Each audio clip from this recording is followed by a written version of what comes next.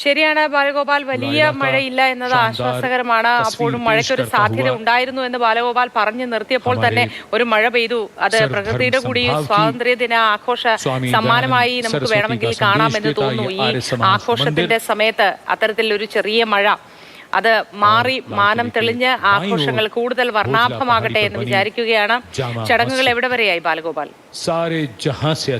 ചടങ്ങുകളിൽ ഇനി പ്രധാനപ്പെട്ട കാര്യം അല്ലെങ്കിൽ പ്രധാനപ്പെട്ട നടപടി പ്രധാനമന്ത്രി ഈ ദേശീയ പതാക ഉയർത്തുകയും രാജ്യത്തെ അഭിസംബോധന ചെയ്യുക എന്നതാണ് ഈ ഇനി ഉള്ള ഏറ്റവും പ്രധാനപ്പെട്ട ചടങ്ങ് ഉള്ളത്.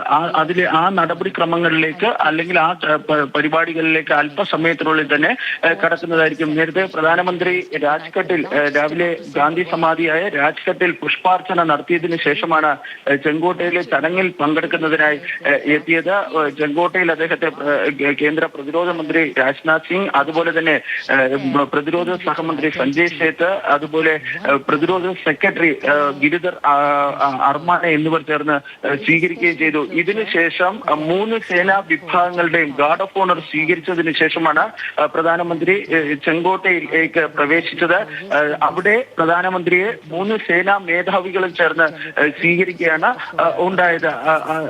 ആ ചടങ്ങുകൾക്ക് ശേഷമാണ് ഇപ്പോൾ പ്രധാനമന്ത്രി ചെങ്കോട്ടയിൽ ഈ രാജ്യത്തെ അഭിസംബോധന ചെയ്ത് സംസാരിക്കുന്ന സ്ഥലത്തേക്ക് പൊക്കൊണ്ടിരിക്കുന്നത്. ഏതായാലും ആ ചടങ്ങുകൾ അല്പസമയത്തിനുള്ളിൽ തന്നെ ആരംഭിക്കുന്നതായിരിക്കും. എല്ലാ വിശിഷ്ട വ്യക്തികളും ഇപ്പോൾ ഇവിടെ എത്തിയിട്ടുണ്ട്.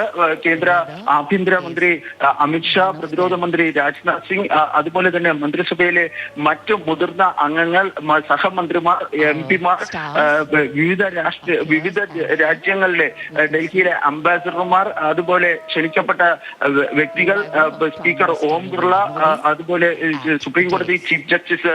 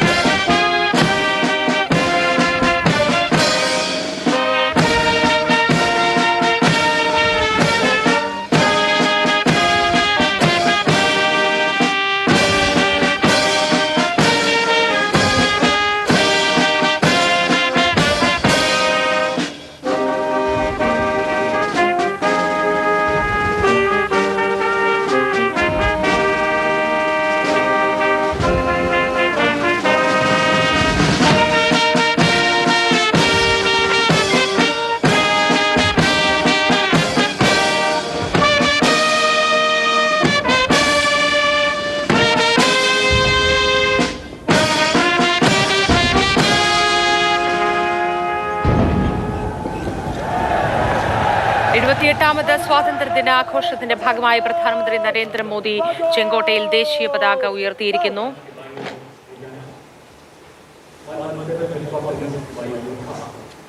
1947 ഓഗസ്റ്റ് 15 ബ്രിട്ടീഷ് ഭരണം അവസാനിപ്പിച്ച് ഇന്ത്യ സ്വതന്ത്രമായതിന്റെ ഓർമ്മയുടെ 78ാം വർഷമാണ് ഇത്.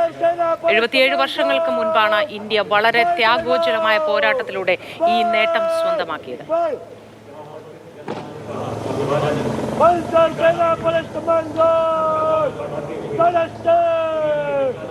राष्ट्रीय ध्वज फहराया गया है और राष्ट्रीय ध्वज गार्ड के जवान इस समय लाल किले की प्राचीर के सामने से प्रस्थान कर रहे हैं और यहाँ पर वायु विचरण करते हुए नजर आ रहे हैं 2 advance light helicopter line astern formation में, जहाँ पर विंग कमांडर अंबर अग्रवाल और विंग कमांडर राहुल नैनवाल पुष्प वर्षा कर रहे हैं उपस्थित जन समूह पर। मन में फूल खिल रहे हैं और हेलीकॉप्टറിൽ പുഷ്പവൃഷ്ടി നടത്തുന്ന കാഴ്ചയാണ് ദൃശ്യങ്ങളിലുള്ളത്. ഒപ്പം വിവിധ സേനാംഗങ്ങളുടെ उत्सुकता बढ़ती हुई പരേഡാണ്. इस अवसर के लिए जिसकी प्रतीक्षा वर्ष भर रहती है. As freedom reigns supreme, well, so does the rain and so do the flowers. National Flag Guard. ത്യാഗോജ്വലമായ അഭിമാന നേട്ടത്തിന്റെ സ്മരണയാണ് രാജ്യത്തിന് ഇന്ന്. 77 വർഷങ്ങൾക്ക് മുൻപ് ആധിപത്യം ഉറപ്പിച്ചിരുന്ന ബ്രിട്ടീഷ് സാമ്രാജ്യത്തെ തുരത്തി ഓടിച്ചതിന്റെ അഭിമാനകരമായ സ്മരണയാണ് 78ാം സ്വാതന്ത്ര്യ ദിനാഘോഷമായി നമ്മൾ ഇന്ന് അഭിമാനപൂർവ്വം ആഘോഷിക്കുന്നത്. संभाल रहे थे लेफ्टिनेंट कमांडर सचिन धनखड़ और वायुसेना की टुकड़ी की कमान संभाली स्क्वाड्रन लीडर CH श्रवण देवैया ने। दिल्ली पुलिस के जवान भी इस राष्ट्रीय ध्वज गार्ड में शामिल, जिनकी कमान संभाली है एडिशनल DCP अचिन गर्ग ने। इंटर सर्विसेज गार्ड में इस बार समन्वय का दायित्व नौसेना को सौंपा गया था, जिसका नेतृत्व कर रहे थे कमांडर विनय दुबे।